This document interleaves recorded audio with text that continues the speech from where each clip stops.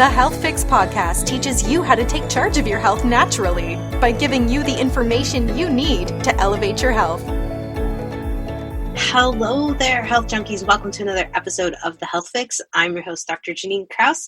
Today's episode, I am recording myself chatting so that we can have some fun. So nevertheless, today's podcast, what am I talking about? Well, I'm talking about training yourself to increase your energy. So many people come into my office and they are just down and out, fatigued to the point where they can't get out of bed, or they're slugging through the day with copious amounts of coffee and energy drinks and, just sugar sweetened treats, all kinds of things they can do to get themselves through the day. And it does not have to be that way. I unfortunately see too many people trying to supplement or medicate themselves out of fatigue. It's disheartening for me to have patients come into my office and they have a thyroid condition, but every time the fatigue is increasing, it's always going back to the thyroid. It's not always the thyroid. There are so many other things that contribute to your fatigue. And in particular, I'm going to talk about 4 things today that I'm going to look at in terms of areas where we are causing ourselves fatigue, areas that we can train ourselves better, areas that we can improve on. So let's talk about these 4 areas really quick, and then I'll dive into the details about these 4 areas.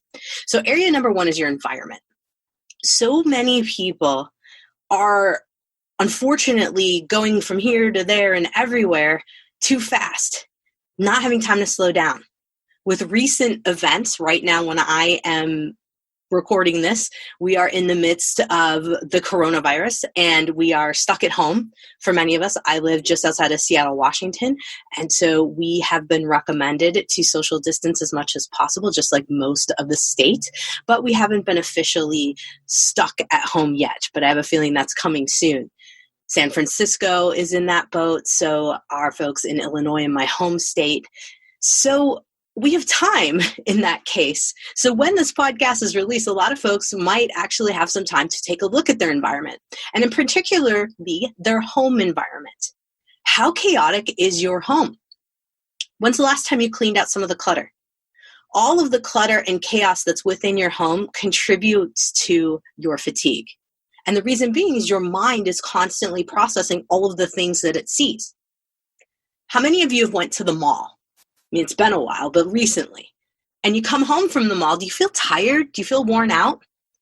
A lot of folks will say, oh, it's the formaldehyde that's in all of the clothing that you saw at the mall. I would beg to differ. I would say that it might actually be all of the things that are in the mall that wear you out. The same effect happens at home. So that's number 1, looking at your environment. What else contributes to that? Your desk, where you work. How messy is your desk? How messy is your bedroom? If your bedroom's messy, you can't sleep very well. If you have laundry piled up on your dresser, it may be folded, but still the mind is processing these things. So simplicity, organization helps to calm the mind. The same thing goes in terms of your environment and schedule. Now, those of you who don't like schedule or routine, you're going to cringe, but the sad reality is your lack of desire to adhere to a routine or schedule is causing your fatigue. We are creatures of habit. We like routine. We like things to be predictable, because if it's predictable, we're not going to become stressed out because we know what's going to happen. It's the unknown that freaks the body out. And when you're in a state of sympathetic dominance, there's 2 states, there's sympathetic and parasympathetic. Most of you have heard both of those terms. Parasympathetic is what we want to be in more of the time, the rest and digest and build up the body state, versus sympathetic, the fight or flight, break down the body state. When we're in sympathetic, more often we're more prone to injury, we're prone to storing our nutrients and not using them to repair the body.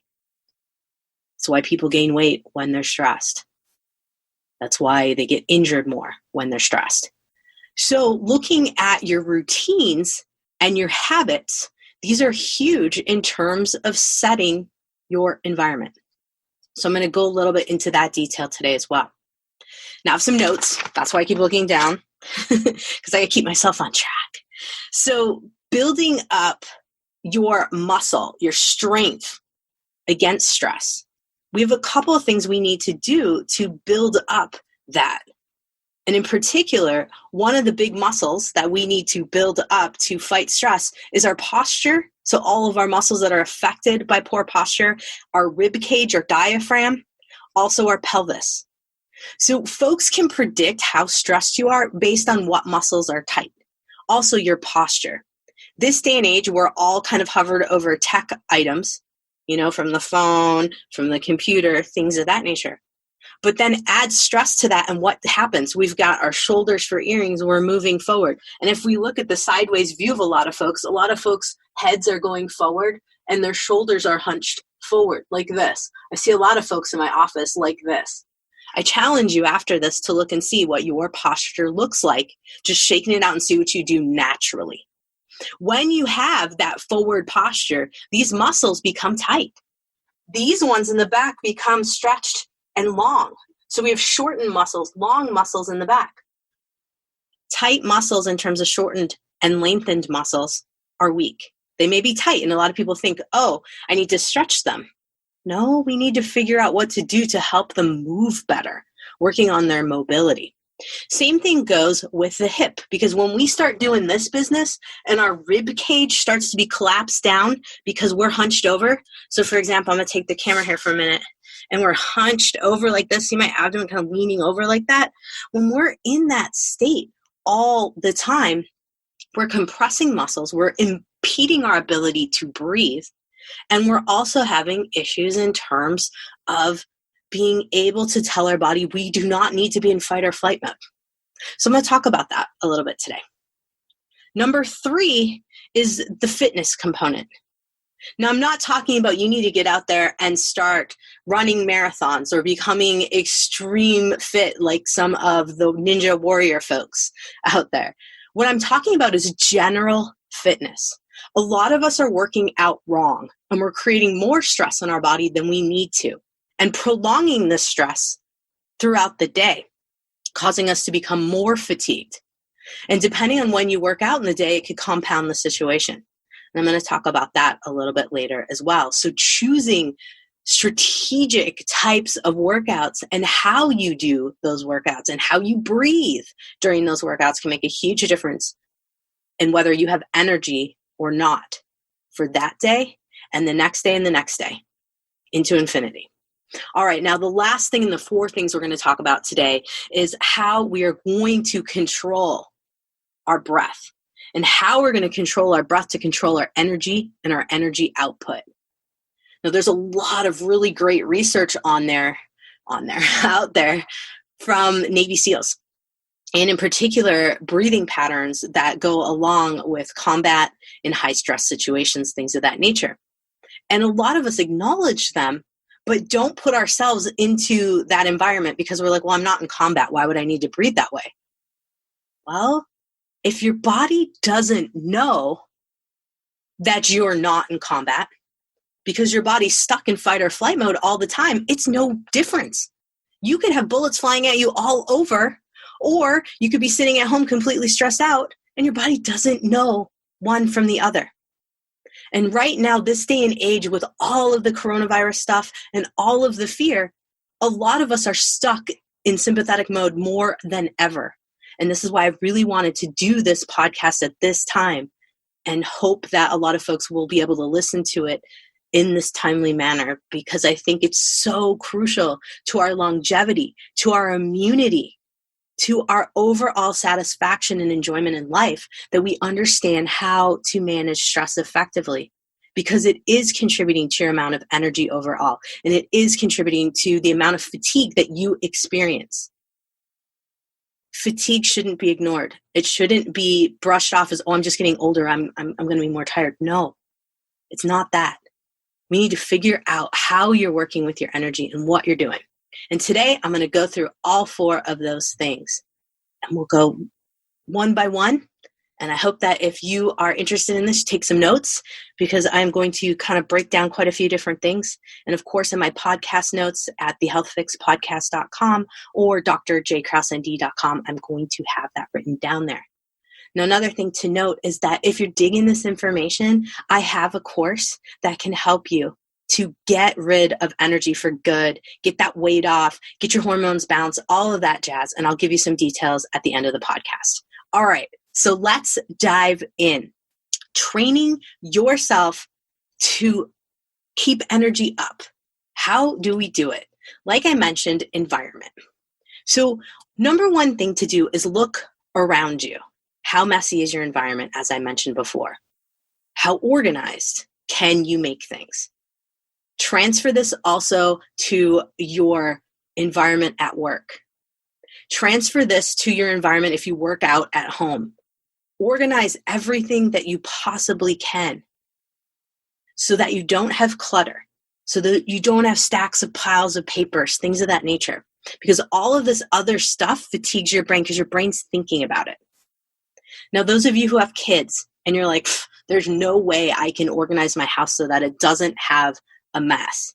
Okay, fine. I have dog toys all over upstairs on my living room floor, but I have a box that they go into. I tried to teach the dogs how to put the toys in the box. Didn't work out so well. But I don't have a lot of other things out that are cluttering. That is my only thing going on there. So finding a home for everything that you have in your house and keeping it legit organized. Huge. Same thing at work. Now, the next thing in terms of environment is looking at how do you feel in your environment, in your home? Do you feel comfortable? Are there items in your home that just don't work, like an old chair that doesn't feel good and it's just taking up space? Do you have a space you can retreat to that you feel comfortable in, that you feel cozy in? I have a little lady cave. I wouldn't even call it a cave. It's not a dark room. It's actually quite bright. And I love putting myself as close to nature as I can. So in my case, I put shells all around because I love the ocean and I love being connected to the ocean any way I can. So I have sand and shells, and I have these pinwheels that we've had since my wedding because they just look cool and I like them. So thinking about what you could do in a certain area where that's your cave, you can retreat there, you can feel comfortable there. This will come in handy later as I talk about tricks to work on breathing, things of that nature. So I challenge you to finding a comfortable space. Maybe you take a closet, take the door off the closet and you create yourself a cave in there. Whatever it may be, finding some space that you can feel comfortable in your environment. The next thing is looking at your schedules and routines. These are part of our environment. Right now is a great time if you are quarantined at home because you're not going anywhere. And so you can make new routines. You can add to your super routines you already have. But we are creatures of habit. The less we are guessing, so the less the brain has to guess about what's happening, the less we are going to have issues in terms of stress.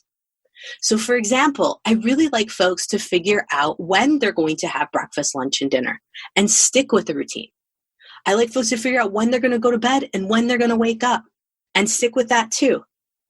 Because we live by something called a circadian rhythm. Our bodies naturally have a time when they want to go to bed and a time when they want to wake up. And we can train ourselves to having certain routines. Now, I'm not a fan of making people who are a little bit more of night owls go to bed early and wake up early if that's not their rhythm. Now, granted, I also will recommend if your work schedule doesn't allow you to do this, it might be something to think about if you can't get a handle on your fatigue and your stress in your life, to find a job where you can go to work later so that you can stay up later. Because truly, I have found that this is a source of increased stress for some folks who are night owls. There are folks that are legit night owls and that their cortisol levels will stay up a little bit higher and drop a little bit later in the evening. Cortisol is supposed to be at its peak between 6 and 8 a.m. for most folks. If you're a night owl, you might have a peak maybe more like 8 to 10 a.m.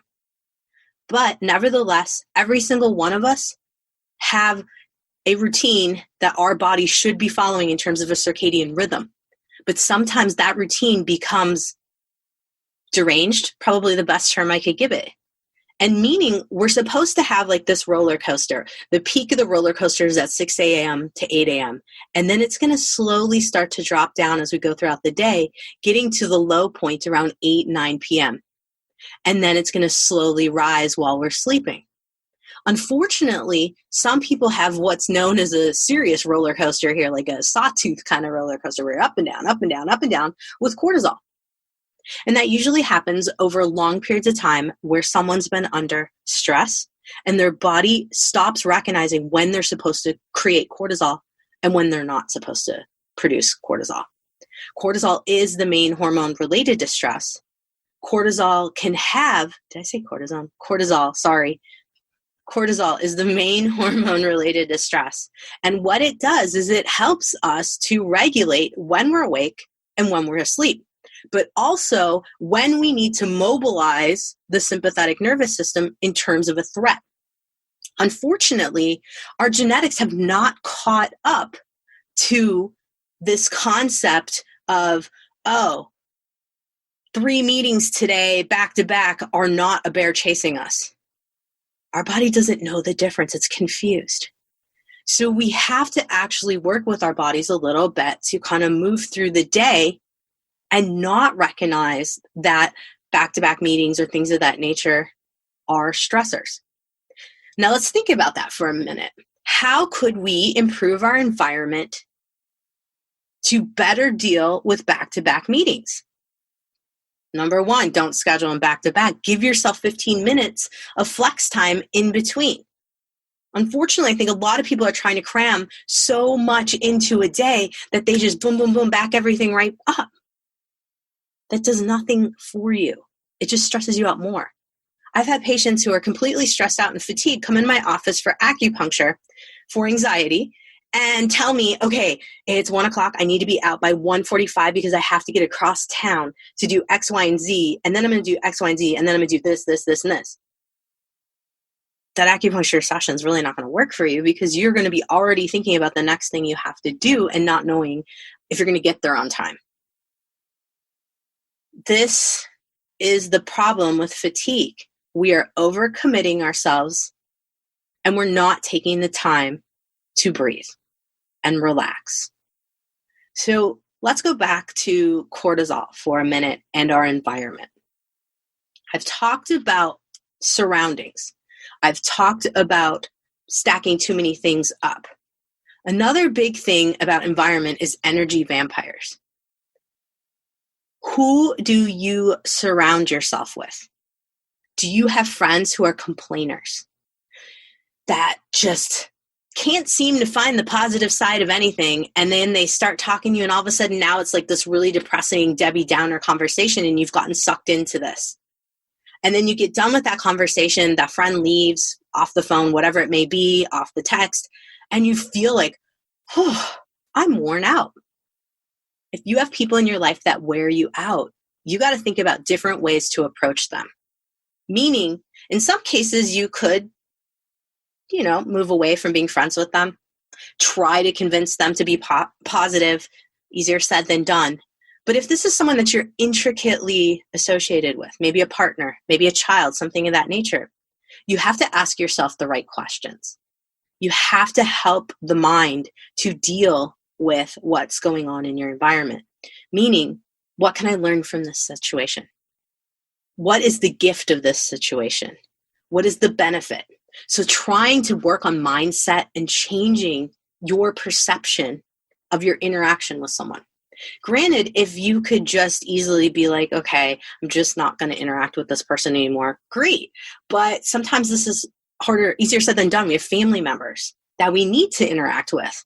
Yeah, I'm not saying blow bridges up and, burn bridges, blow them up, not talk to people.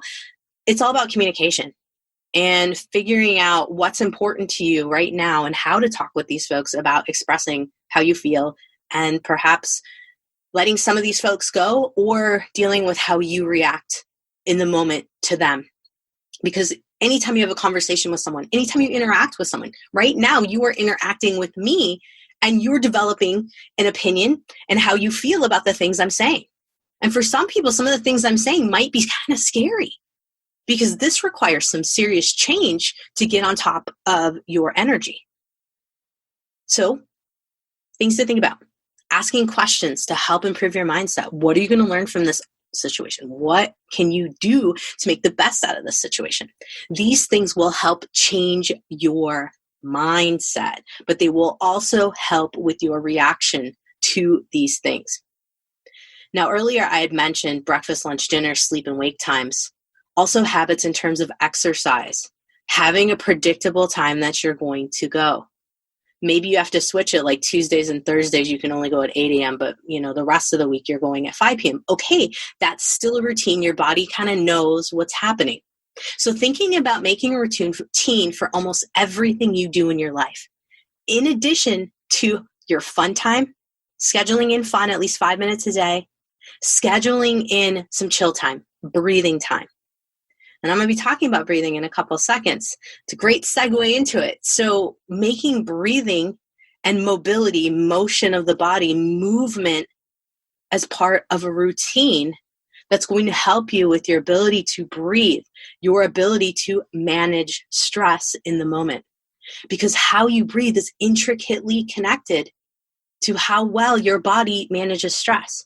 Because if you're hunched over, neck's going forward towards the tech, like I mentioned before, all these muscles here, a lot of these muscles in your neck are your secondary breathing muscles. So they call them your accessory breathing muscles. If these guys are clamped down and you're also hunched over so that your diaphragm is compressed, your body is going to constantly be thinking that you have a bear that's so big chasing you and you just can't seem to escape it. And so what happens if your body thinks it's running a marathon all stinking day? You're going to be tired. It makes sense. But a lot of people don't connect that. A lot of people are too busy trying to find supplements and herbs and energy drinks and coffee to get through the day. And I get it. You got to do what you got to do. But I'm here to try to explain that these things are not sustainable. Eventually, you are going to get to the point where some of my patients are at where they can't even get out of bed to function. I don't want that for you. I don't want it for anybody. And that's why I wanted to do this podcast. So think of everything I'm talking about today as a way to help to balance out that coffee, balance out some of the sugar sweetened treats, and work on yourself as you're weaning yourself off of the crutches you're using to keep your energy going. All right, so now let's talk about number 3, working on that. Number 3, I jumped over number 2. Sorry about that, guys. Number 2, let's work on building that muscle to tolerate stress a little bit more through breathing. Since I was segueing into that anyway, my brain just, there you have it. So performance under pressure of any kind, whether it's a sporting athlete versus a everyday Joe looking at your work, looking at your day, it all's the same.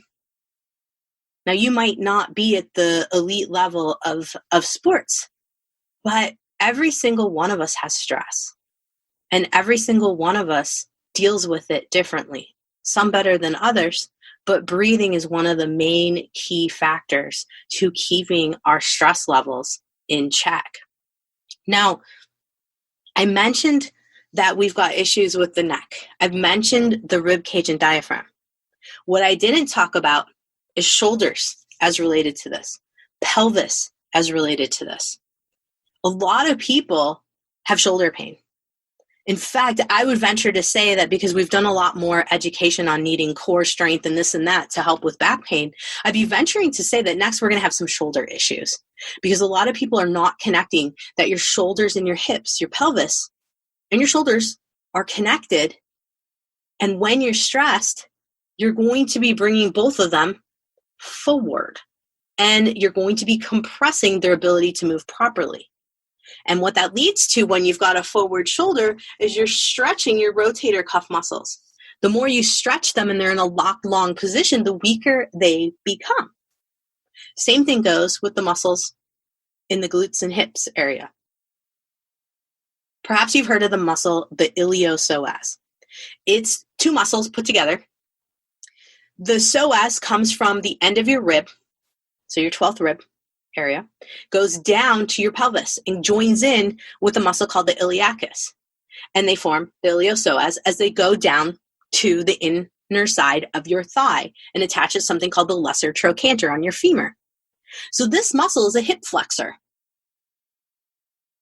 But if you're sitting a lot and you're hunched over a lot, that muscle can become extremely shortened. And it can pull on your ribs. It can pull on your spine. And what happens? You're going to get back pain. Chronic back pain is going to lock up your hips. It's going to lock up your pelvis. It's going to lock up your pelvic floor. And it's also going to affect your shoulders. In acupuncture, we talk a lot about the crisscross balance, which are known as myofascial connections. So I'm going to bring this up a little bit here. So from here to this hip there, this shoulder to this hip here, we have a X in terms of tissue that crosses. And acupuncturists figured this out thousands of years ago that we can use certain acupuncture points to help crisscross the balance. It's super cool. But those acupuncture points can only do so much if we don't help ourselves breathe better and we don't help ourselves to release the tight muscles. It's hard to work on posture. I admit that I'm constantly rolling my shoulders back all the time to try to get myself to not do this. I started at an early age to do this because I developed breasts a little bit early and I didn't want to have them. And so I was trying to hide quite a bit. Ladies have that problem in some cases, but there might also be just the stress taking the body over as well. I, in fact, have a left shoulder that likes to turn in quite a bit when I get stressed, and it's the weirdest thing. So I challenge you to paying attention to what your body does when you're in a moment of increased stress. Now, what can we do in this case to help alleviate this? If you've looked at all on YouTube or online, you've seen people arching their backs over foam rollers, on stability balls with their chests open like that. All that stuff is amazing.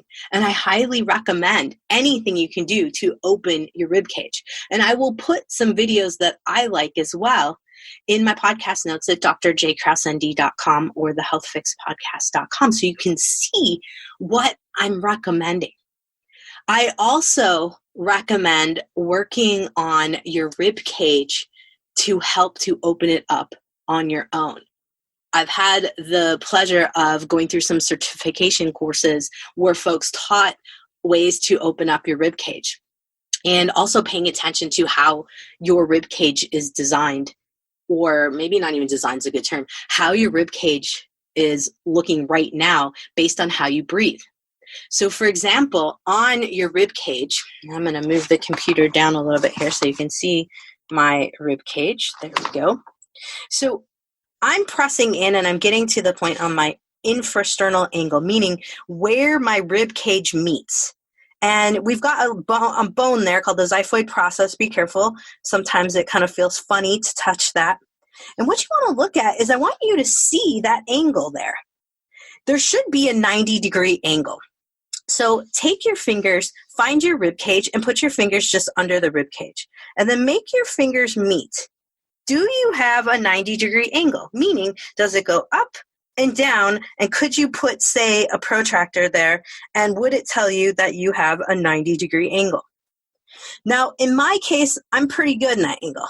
I have seen many folks who have angles, I'm going to try to do my hands to do this to make it easier, that are much more narrow, almost like 45 degrees. And I've also seen folks who have angles that are much more like closer to 100 or 120 degrees. Now, what does all of that jazz mean? Well, if you have a narrow angle to your rib cage, you're having some difficulties with exhalation where you're compressing your rib cage too hard when you exhale, so you're too forceful of exhales. Whereas someone who has a wide angle, so this is called an infrasternal angle, these folks are too lax on their compression when they exhale. Now, if you're normal like me and it's 90, okay, you don't have to think about those things. All you're worried about is I need to work on just controlling my breath in general. One of the most important things to do with controlling your breath is working on counting and training yourself, basically building the muscle to ensure that you are breathing properly. Now, you might be thinking, well, I don't know if I have any breathing issues. Okay. Let's talk about sighing. Do you find yourself sighing out of nowhere throughout the day? Do you find yourself holding your breath? If you're holding your breath or you're sighing, you are struggling to breathe properly. These are big issues. A lot of folks also might be breathing, but they might be breathing too fast, hyperventilation. So too fast, too shallow of breaths can also cause issues. So check your sternal angle out and see what's going on. See if it's too narrow, like less than 90, or if it's too wide, more than 90 in terms of that angle. For those of you who have a narrow, you can take a big breath in, and then you take a very slow, gradual breath out. And those who have that really wide angle, those folks take a big breath in and then take a little bit more of a forceful gradual. So versus breath out. Play with that. Now, I'm also going to recommend working on how you breathe and little techniques in terms of counting and little techniques in terms of visualizing a breathing box. These are some techniques stolen from the Navy SEALs in terms of helping folks in combat situations breathe better. So we'll talk about that here in a second. I want to kind of go a little bit more into adaptations that your body has to basically impede you from breathing properly. So I mentioned the rib. Now the shoulders. Your pec muscles, so your chest muscles here. I want everyone to press right here. Is it sore? If you didn't have like pec day 2 days ago or a day ago and you're not lifting weights, these muscles shouldn't necessarily be too tight. They're only tight when someone spends a lot of their day like this. Now, these guys can be stretched. They could be stretched in a doorway. They could be stretched while opening up on a stability ball or over a foam roller, things of that nature. But these guys will impede your rib cage ability to move. And then they're going to impede your shoulder's ability to move, like the shoulder blade, all of this business. So if all of that's compressed, now we're going to be sending messages via the vagus nerve. So this is your fight or flight nerve. And it also controls sympathetic and parasympathetic, so chill mode as well. But if you're stuck like this and you're compressing your rib cage, you're going to be stuck in sympathetic mode no matter what. So what I'm posing here and why I'm recommending on posture and working on breathing and opening up your rib cage is because it sends a message back to your brain that everything's okay. There's nothing to be worried about. There's nothing chasing us. We are in our chill posture. And there are postures that you can get into to help you feel chill too. Now here's another thing, your hips. How tight are your hips? A lot of people will tell me that their biggest issue is tight hips. That tells me right away they are stuck in fight or flight mode. So keeping that in mind. How hard is it for you to take one leg and bring it across the body? So basically cross your leg over. Is that a problem? Does it hurt? If that's a problem for you, that is a sign that it is going to be affecting your breathing, but it's also a sign that you are stuck in a sympathetic state. So all of those different things are crucial to helping you get out of fight or flight mode and convince your body that it's not being chased by some crazy bear and zapping all of your energy. So essentially what I'm saying is you can get your energy back by relaxing these muscles, opening them up, breathing better. All right. So let's talk a little bit about one way that you can work on your fitness and build that muscle to help you to have more energy.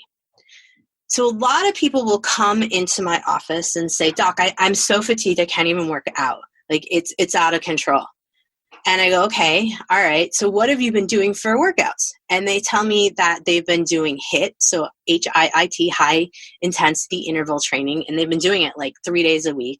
And they've been getting on the bike or the treadmill the rest of the time for an hour and just kind of hammering out a workout. But what they don't tell me is they haven't looked at their heart rate. We have a lot of devices right now that can look at heart rate and heart rate variability. Now, I'm a true believer that there's certain devices that look at heart rate variability much better. They're more accurate than others. Having a chest strap for looking at heart rate and assessing heart rate variability is probably one of the best ways to check things. Garmin has some great ones. Polar 70 or something like that has some good stuff. Morpheus is a type of app and a watch, a band that you can use to assess your heart rate variability. I learned about this through my BioForce conditioning coach program, and Joel Jamieson, he's the guy that is in charge of that, the head coach, if you will.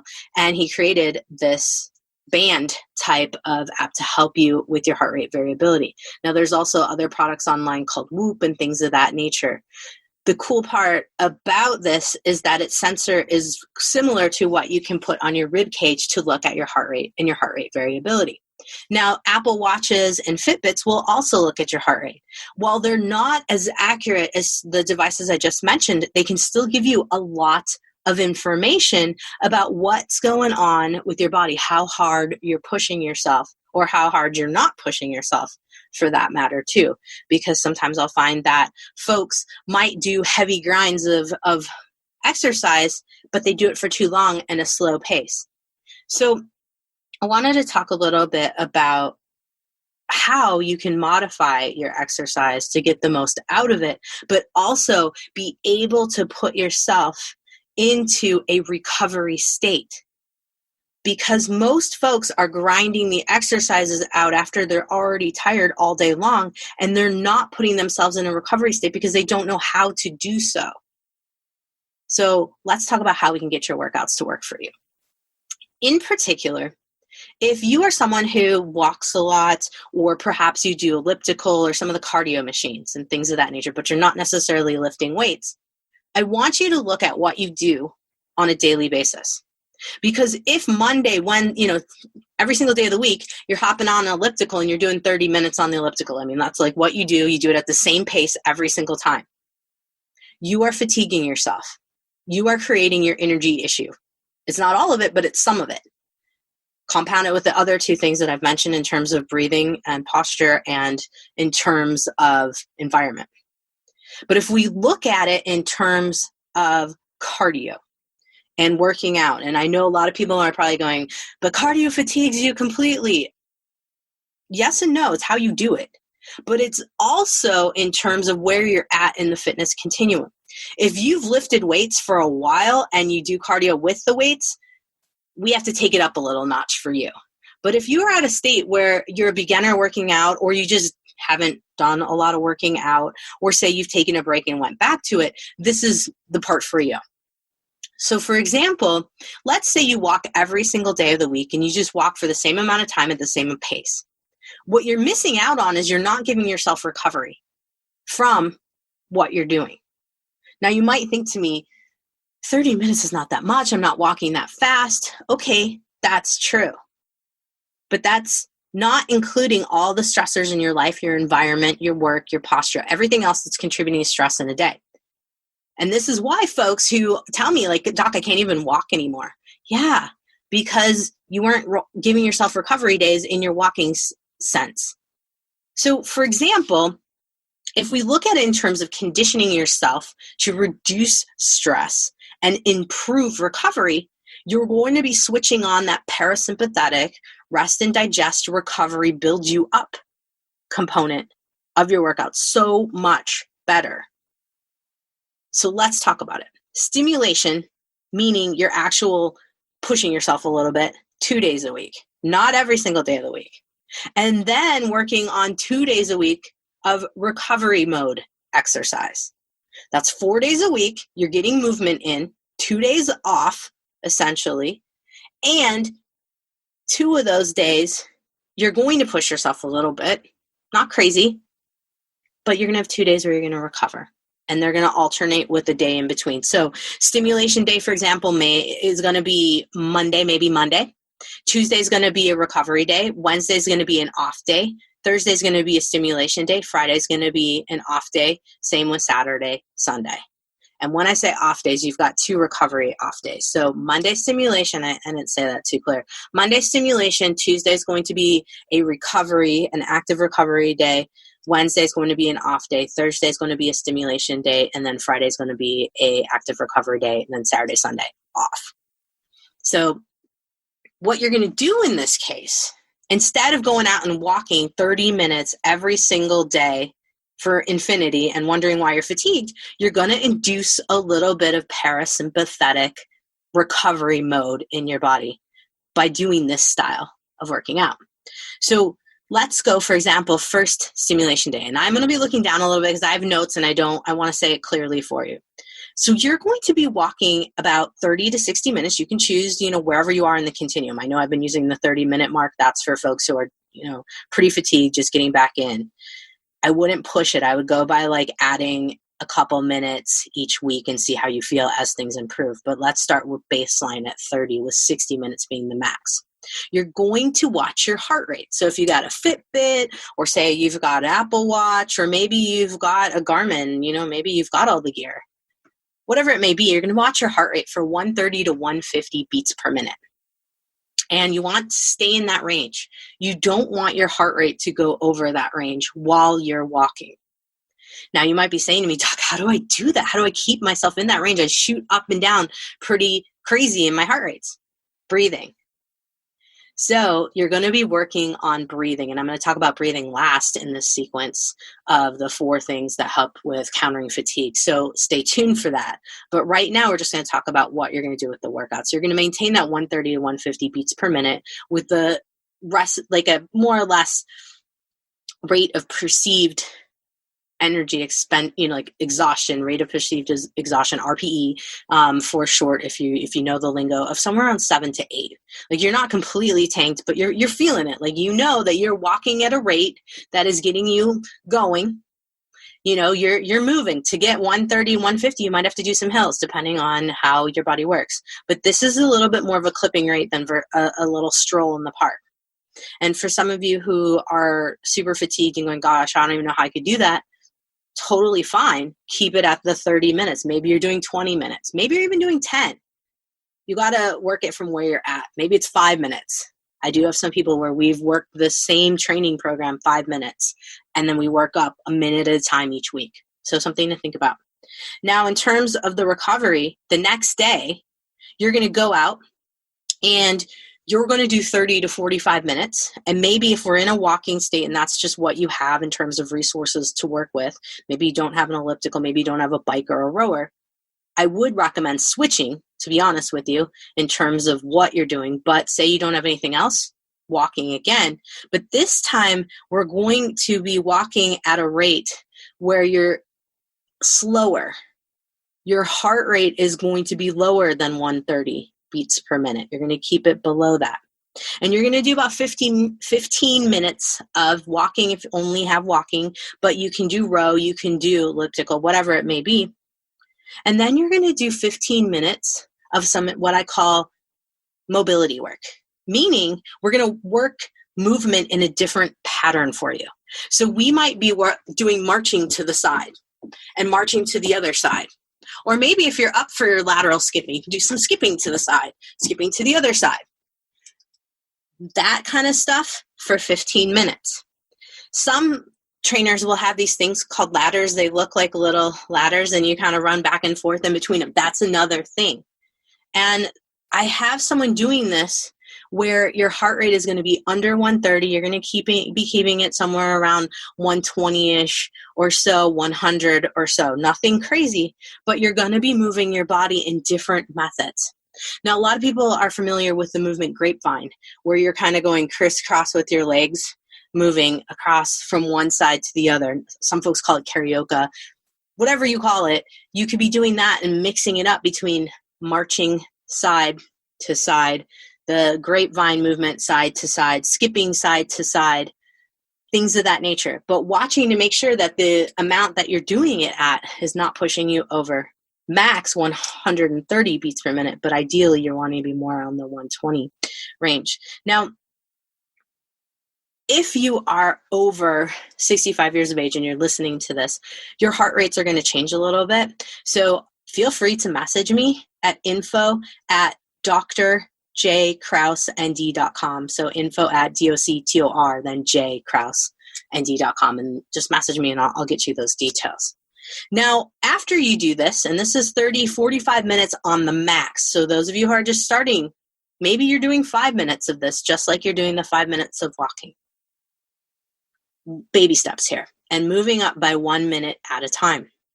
Now, the next day, say it's Wednesday, you're off. You're just chilling. You could do a very gentle walk in the park kind of walk, but don't go crazy. I don't want you pushing it. Don't get up to that 130, 150 beats per minute. We're saving that. That's going to be Thursday. So this is stimulation number 2. So what we're doing in this case is we're going to get your heart rate back up to what your 70% of max would be. So in that case, what we're doing in this realm is we're going to switch it up. We're not going to have you just walk at 30 minutes just doing something. We're going to have you doing 70% of your heart rate max. And you can look to see what your heart rate max would be on a chart. There's heart rate charts based on age out there. And so this is going to be where you're going to do 10 to 12 second intervals. And you're going to start with about 10 reps or so. And you get a 60-second rest in between. So with this, you are going to speed up a little bit to 70% of your max, which is not going to be quite to that 130, 150 range. I can't say that 100%. Depends on your age, okay? So this is why the 130, 150 for maintaining it for 30 minutes, if that's working on breath control. This next one for the 70%, this is working on your ability to control with intervals. Now, with these intervals, one of the things that you can do if you want to get really strict with it or just kind of see if you're improving, this is huge, I really do recommend people do this, is that within that 12 to 10 seconds of the interval of going to your 70% max, you want to see if you are, how far you're going. So if you're rowing, see how far you go, walking, see how far you go, especially if you have like a way to track it, or even visual tracking. I can track how far I can get in 10 to 12 seconds down a block. I mean, you can use like, I got to house number 1010 or something of that nature. So pay attention to that and see how it went. Now, in terms of reps, you can work up to 20 reps of this. I highly recommend starting at 10. So you'll notice that you'll get through this pretty quickly, but make sure that you have a 60-second rest. Now, the day after this is back to recovery. And this is back to where we're going to repeat something very similar to what we did on Tuesday for the recovery. Remember, I was talking about walking and chilling for about 15 minutes or doing the elliptical or whatever, bike row, whatever machine you have, and then doing a little bit of the lateral movements techniques. But instead, with this day, I want you to do some different movements. Maybe you have some stairs. You can climb up one stair, down one stair, up, down. Maybe you have a box. You could step up on the box, step down on the box for 5 minutes. Then perhaps do some of the carioga or the grapevine for a few minutes. And then you could perhaps do a little bit of medicine ball work if you have that. You could jump rope for 5 minutes. But the idea here is keeping your heart rate in check and not going over the 30 to 45 minute range.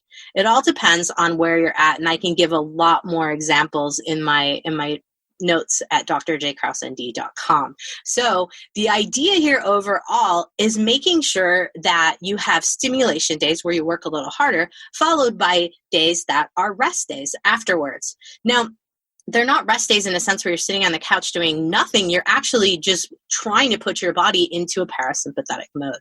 So you're enhancing the muscles that help you, so the signals in the muscles that help you to induce recovery, so that every single exercise that you do, you're not like continually just blowing out all your reserves. So the next thing I want you to be thinking about in this case is how you end your workout. Now, for some of you, what I just mentioned in terms of the stimulation and break, you might be thinking like, man, that sounds a little basic for me. Okay, don't worry. There are more advanced sequences. I will put them in my podcast notes at drjkrausend.com. But going back to how we end each exercise round. Maybe you're listening to what I say and you're not buying into it. Fine, that's okay. But if you do nothing else after listening to this podcast but one thing, do this. When you end each workout, whatever your workout may be, I want you to work on some breathing. 5 minutes in parasympathetic breathing. Because too many of us end our workouts and then boom, we're like out the door to the next thing. Or boom, we're in the shower, taking a shower, rushing to try to get to work. We're still stuck in sympathetic mode from our workout. Then we go and eat and we're still in sympathetic mode. What happens? Our body's going to store what we just ate because our cortisol is probably going to be up to a certain level. You add some food in that boosts the blood sugar and guess what? You start storing fat. And you wonder why all of your workouts, you're putting so much into them and you're not seeing results. It's because you're not putting yourself into parasympathetic state to calm your nervous system enough for it to go into repair and rest and digest. Instead, it's staying in freak out mode and break you down and set you up for injury mode. Nobody wants that. So at the end of each workout, 5 minutes, put the timer on your watch, put the timer on your cell phone, and I want you to lay down in what's called a 90-90 position. You're laying on your back and your legs are going to be up. So hips are going to be at a 90, legs are going to be up onto a bench. And you're going to be laying there with your arms out in a T, breathing. I'm going to recommend a 5-count inhale, a 2-count hold, and a 7-count exhale. Keeping in mind, if you have a narrow angle, you want to make sure that you have a gentle exhale. But if you have a wide angle of your ribs, you want to have a little more of a forceful exhale of those 7 seconds. So 5-count inhale, 2-count hold, 7-count exhale. 5 minutes of repetitive breathing like this.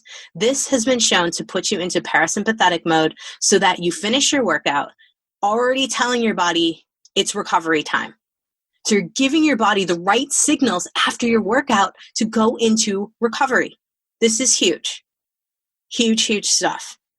And I'll tell you from personal experience, since I started doing this, I'm feeling a lot better after workouts. My energy is much better and I'm not dragging during the day.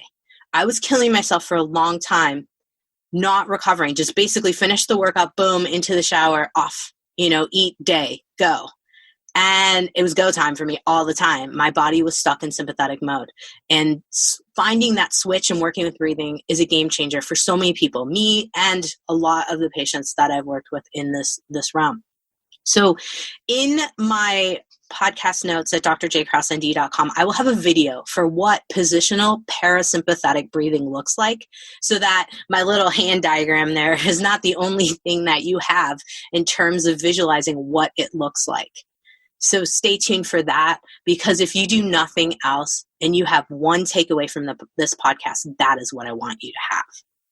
All right, so let's move on to controlling breath, because it's part of the parasympathetic breathing at the end of workouts, but it's also part of what you're doing throughout the day when you have a stressor, what you're doing throughout your workouts to keep your body in check, stay within a heart rate zone, stay within 70% max, stay within 130 to 150 beats per minute, depending on if you are in the stimulation, which is the 130 to 150 mode, or you're in the recovery mode, which is 70% of your max. So how do we do this? First and foremost, we want our posture to be good. We want our shoulders back. We want to shake it out. We want our neck to feel more neutral. For some people, it means you got to do the pie in the face. Push your chin in a little bit. Sometimes I have people actually physically do that. Or you think about someone smashing a pie in your face and you're bringing your neck back. It actually should feel okay. It shouldn't hurt. If it hurts, message me. We got to figure something else out. But if you look at someone who's forward like this, which is a lot of us when we're stressed, and you push the pie, smash the pie in the face, it pushes the neck back. So you're in better position there. So we're in a good position for breathing. So say that you are in the middle of your stimulation workout. You're trying to maintain your 130 to 150 beats per minute, and you're noticing that you're totally pushing higher than 150. And you're only 10 minutes into your walking, or you're only 10 minutes into your biking. breathing. So we're working now on breathing in terms of inhaling and exhaling. What I want you to do in this case is take 5 count inhales, 7 count exhales. Don't hold it at this point because you're moving. You don't want to hold the breath. Holding the breath is only good for when you get into the relaxation state, the parasympathetic breathing. So here, while you're breathing in and you're breathing out and you're moving, look at your heart rate. When your heart rate starts to go down as you're moving, you're going to notice that you are doing better because you're breathing through it. This can be translated to stressors in life as well. When we get stressed, our heart rate goes up because the body perceives whatever it is as a threat. Maybe you haven't even encountered the threat. Maybe you have to have a hard conversation with someone. Breathing beforehand can be extremely useful. The SEALs use a method of box breathing, meaning they're visualizing one end of the box lighting up when you take an inhale, and then across the box lighting up as you have the top of that inhale. Then as you exhale out, the bottom part of that square or box, and then as you continue your exhale, you're having the side, the bottom. So inhale up, up, exhale, side, down. Inhale up, across, exhale, side, down. Only took me 3 tries to say that correctly. So you're breathing with the box and visualizing that box. So you might be walking and kind of visualizing that. Or maybe you're in a state where you're at work and you've got to go into a meeting, or something just stressed you out. Or maybe you looked at your bank account, it was overdrawn, and you could feel the heart start to go like this. Box breathing. Really chilling. If you really need to put yourself into a parasympathetic state and just like flip that switch super hard, lay down. Sitting down can help too, because as you're standing, our bodies have to beat, our heart rate has to be a little bit higher as you're standing up. So sitting down and laying down are different degrees of bringing it down even further. That's why parasympathetic breathing after workouts, you are laying down, because you're going to flip that switch into parasympathetic mode super fast. So if you find yourself getting into panic attack or really anxiety mode, lay down. Do the 90 position where you've got your hips flexed at a 90 and you've got your knees at a 90 and your legs are on a chair and you're flat out on your back with your arms out like this, chilling. It works. I've done it multiple times. I fully wouldn't be talking about it if it didn't work. So I talked about box breathing. Another type of breathing is working on the 5 count inhale, 7 count exhale. So if box breathing doesn't work for you, while you're trying to keep your heart rate in a certain zone, whether it's 130 to 150 beats per minute, or if you're trying to keep it 70% of your max in that range during your recovery workout, this is where the 5 count inhale, 7 count exhale can be extremely helpful as well. And I highly recommend practicing that. The one thing that a lot of folks will talk about is, do we need to breathe through the nostrils? Do we need to breathe through the mouth? Nostrils work better. So, and then pursed lips and some nostril exhale. There's a lot of data as to which ones work better, but I have found that at least if you get the inhale through the nose and the exhale kind of as a combo, it seems to kind of be the overall best way to do things. But each person is individual. Keep that in mind. All right. So we've talked about keeping the heart rate in check. We've talked about how to recover after a workout. We've talked about what to do with stress in life, and really watching your heart rate and breath with every stressor that comes in life. When you start to feel that little bit of panic, the heart starts to speed up, or you start to hear in your ear or neck, and you know that you are responding to some type of stressor, engage the breathing, get the breathing going. If you have a device like a Fitbit or an Apple Watch or even the Morpheus system that I mentioned earlier, and you can see where your heart rate is at, work to breathe your heart rate down. It can be extremely helpful in monitoring heart rate to help you with monitoring stress and get your energy back. Is it going to happen overnight? Heck no. You have to train this. You have to train your body to get rid of fatigue. You have to train your body to take that sympathetic fight or flight mode switch and move it towards the parasympathetic state. Research has found through Navy SEALs, tactical training, all of the folks that are in high stress situations where they need to preserve their life, breathing is the ticket, and really being able to control their breath keeps their energy up, keeps them focused and alert, and keeps them calm, cool, and collected under stress. And you can do this too. You can apply it to your life, apply it to your workouts so that your workouts aren't contributing to your fatigue, and go from there. I'm going to be putting a lot of resources on my podcast notes at drjkrausend.com. So head over there after this podcast and check them all out. Now, if I've talked through all of this and you're like, oh man, Doc, that's a lot of info. I don't know if I could do it on my own. Keep in mind, I do have a course. It's an 8-week course where we're working on just getting rid of that fatigue, working on really diving in on training the mindset and training you to help you fight fatigue for good and being able to help you manage all of this in times of stress. At the same time, it helps with balancing some hormones. It also helps with getting off some of that little extra lingering weight that you might be super frustrated about. So if you are interested in that, head over to my website, drjkrausend.com. I have little buttons that you can click on in terms of scheduling a appointment with me to chat about your goals so that we can make sure that we're a good fit. And I spend a good time, about 45 minutes on the phone with you for free, just discussing where you're at so we can get clarity and figure out what I can do to help you to end fatigue for good. All right, folks. You have survived another episode of The Health Fix.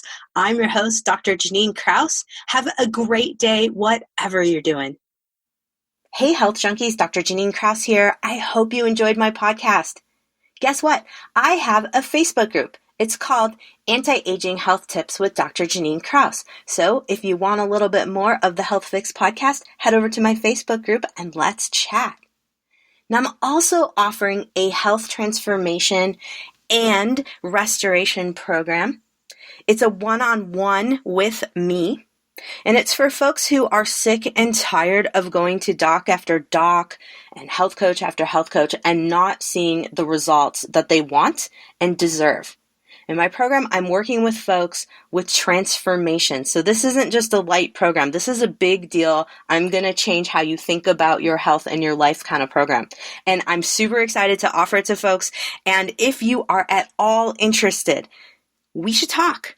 I'm offering 45 minutes free with me chatting to see if and how I can help you. And you can get all the details over at my website, drjkrausend.com. All right. You've survived another episode of The Health Fix. I'm your host, Dr. Jannine Krause. Have a great day, whatever you're doing. Subscribe, rate, and share info.